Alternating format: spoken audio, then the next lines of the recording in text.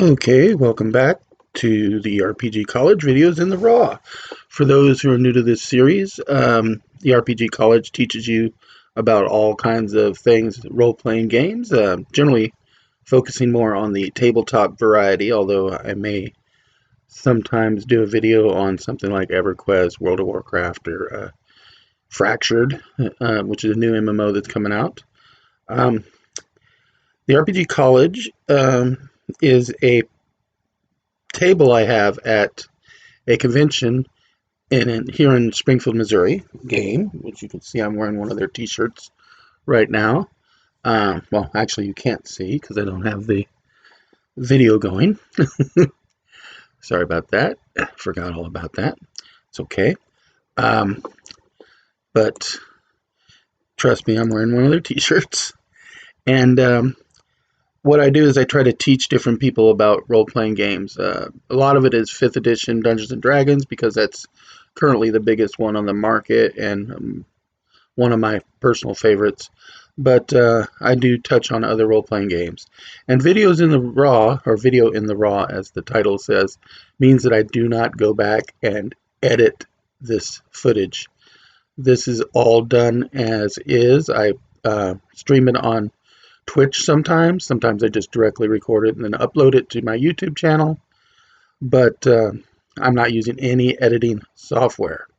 So you get what you see with the ums and the is and the mistakes. If I make a mistake, I usually will point it out myself. But this is the part of having raw footage that you have to deal with. Today's topic, we're going to talk about building engaging NPCs in your tabletop role-playing games. Now, this is a good general purpose topic because it doesn't just apply to like 5th edition D&D or Vampire the Masquerade or Call of Cthulhu. You can actually use these tips and tricks no matter what role-play game you're in. And you might recognize some of these tricks if you watch DM tips or some of the other videos online, because like those DMs, I use a lot of them, and imitation is the sincerest form of flattery, and I imitate those DMs as well. I'm a big fan of Matt Mercer, Matt Colville, Satine Phoenix, Keith Baker. I've had the pleasure of meeting both Satine Phoenix and Keith Baker just last year at our convention. And of course, I love talking role-playing games. I've been playing specifically D&D, all versions, for 42 years, so that's my pedigree. One of these days I might get it right. I've been DMing that whole time. I got my first set of the OD&D games on my 7th birthday and DM'd my first session that afternoon. So I had to teach myself during probably one of the hardest eras of the D&D game for overall play. There were no challenge rating guidelines. There are very few guidelines at all about building a balanced encounter, and almost no help with building NPCs. And so what we're going to do is we're going to talk about NPCs because there's 3 pillars to your standard role-playing game. Everybody's really familiar with the first pillar, probably the most quote-unquote popular pillar of the game. About 75% of most games turn out to be in the pillar of combat. That's the action sequences. That's the most mechanical part of the game. And so, of course, especially lower level adventures tend to focus on that because it's going to bring more people in. New players are more drawn to the ability to cast a spell, swing a sword, and defeat an enemy in combat. It's the gamiest part of a role-playing game.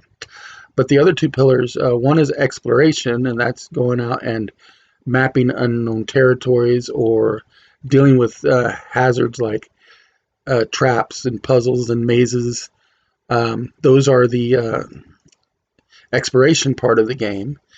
And actually, each part is 33% of the game, but every table is different about how much they weigh to the different pillars. And then finally, the one where the NPCs are directly involved not counting the monsters themselves, because monsters are NPCs. NPC does stand for non-player character, but it means the monsters, um, the red shirts. As you, if you're a Star Trek fan, you know what a red shirt is. They're extras. They're the ones that may or may not even have speaking lines.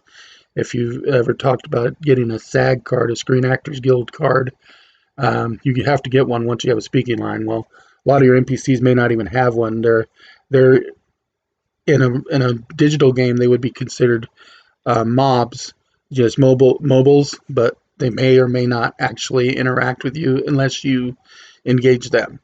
And that's the interaction pillar of the game.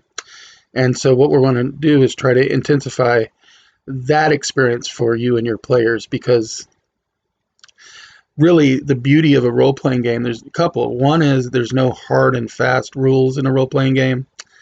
That's why you have a dungeon master or game master. Typically, dungeon master is used for D&D, where game master is used for just about every other game. Um, and so you have a person, a physical referee, who gets to decide on rules calls and how to homebrew things in their own games, how to change it, because the first rule of D&D is every rule in the game is a guideline, and the DM's word is final. A lot of people don't necessarily like the DM caveat element of the game. They want to be more cooperative, and that's fine. There's no wrong way to play a role-playing game, but ultimately, the one of the strengths of a role-playing game is the DM. But the other strength is the fact that it is more about the engagement with NPCs and role-playing a character, putting yourself in the role of your character, a character that eventually you create. You might start with pre-generated characters or something like that, which would be a little bit more akin to what you'd find in a board game, or there are board game versions of D&D and other games out there, especially more recently. But in Dungeons and Dragons and Call of Cthulhu and Vampire Masquerade, you put yourself in somebody else's shoes. They always say to walk a mile in somebody else's shoes. It's basically helps to be an improv actor, but it's not necessary. It is, however, one of the joys of the game is you could be the shy, introspective, introvert, nerdy type, which, back when the game was really first being introduced, that was the big part of who played, but by no means all. And you could come in and be the muscle-bound, sword-wielding barbarian in the game, so you get to get out of your nerdy shoes, and you get to be the big, beefy guy and not have to worry about the bullies. In fact, you might be the one that fights the bullies off of the weaker people. Or you could be an ineffectual person at your day-to-day job, just punching a time clock. But in Dungeons and Dragons or Cyberpunk or Shadowrun, you can play a mage who can cast the very forces of elemental fury on their enemies with fireballs and lightning bolts. Or you could be a decker who can, in Shadowrun, who directly plugs into his internet, or a rigger who directly plugs into their super science vehicles and run around and do what they call jobs, or runs in Shadowrun, which is a more futuristic meets magic setting. Different games, a lot of times a big differentiator for the games is the framework of the rules and the setting that's involved. Dungeons and Dragons is classically used for medieval fantasy, but the D&D rules, or D20 rules as it was started to be called in 3rd edition, has been used for a lot of different game styles. They even came out with what was called D20 Modern during that edition. So you don't have to necessarily do medieval fantasy. You can have artificers and steampunk elements and things like that in your game. But like I said, the real strength is engaging with your NPCs. Now, go on into the topic at hand. I don't know if anybody's in the channel. Let me take a moment and log in on my phone and see. I'm going to go ahead and go, let's see, dashboard.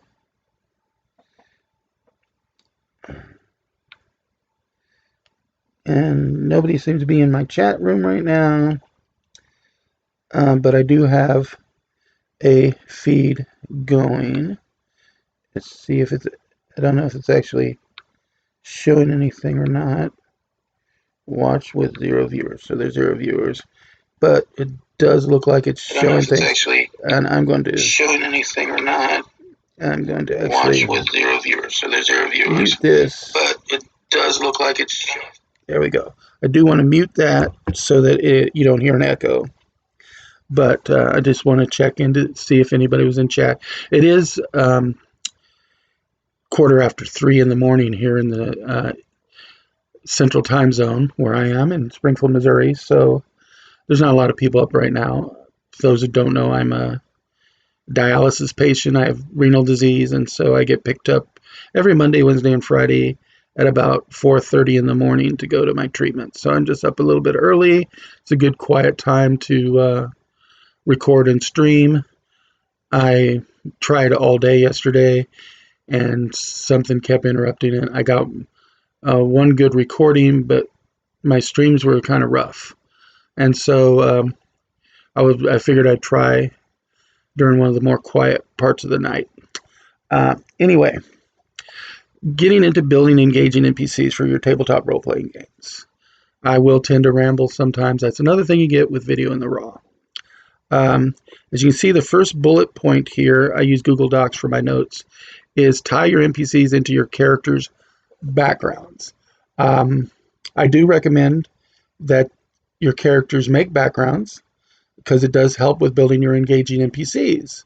It also helps engage the players in their character. They get more invested, but you don't want them to go overboard. I do another panel on writing a good backstory, and in that I tell you to have about no less than half a page and no more than 2 pages, because you want a little bit of substance, so you want at least half a page, but you don't want so much they're reading a novel and then they have to outdo their history, their past. You want their adventures and their great successes to be ahead of them, not in behind them, and then you're always trying to overdo it.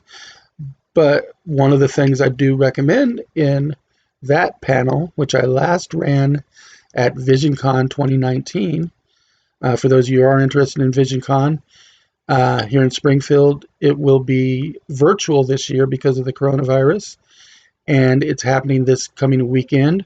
Unfortunately, I did not get a panel in it this week. All of my videos have been just too big for their size requirements, and they are kind of putting it together with very little notice, but I definitely applaud them on that. But in back to the segue, in my panel on writing character backgrounds, I do recommend that you have 2 or 3 NPCs named in the background. One could be like an enemy, another could be a mentor, another could just be a generic contact that you put in there, like a family member or someone you happen to know in the local area that you're going to. And these NPCs, if preferably if they can name them, it's fine. But if they don't name them, they can just refer to them, and you as the DM can work with them. And I'll often use the term DM, like I said, although GM is probably more universal. You will work with them to maybe name these NPCs. If your village was overrun by a band of humanoids, what's the name of the chieftain of those humanoids? What battle cry did he call out that is burned into your brain and drives you to eventually hunt him down and get your justice or revenge on what he did to your homestead? Who was the mentor who discovered that spark of magic inside you and taught you to be a wizard or a sorcerer? Um, those are the NPCs I'm talking about. And so when you get these NPCs, then you want to tie the NPCs of your game into those background NPCs. There's various ways to do that.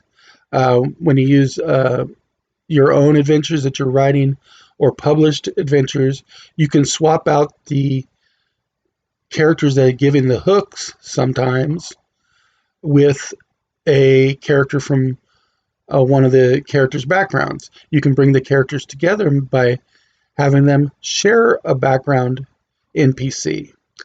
They have one in common. I often tell players that they should have their characters know at least one other person at the table when they're building a new group to help the new group form. But even if they don't know that other person, they may be a friend of a friend, and that's where that NPC tie-in comes in. The more you tie them in together, the more verisimilitude you're going to build up, the more immersion into the game, and the more investment that the players will have in their character story. The next thing you want to do with your NPCs is give your NPCs a personality and depth.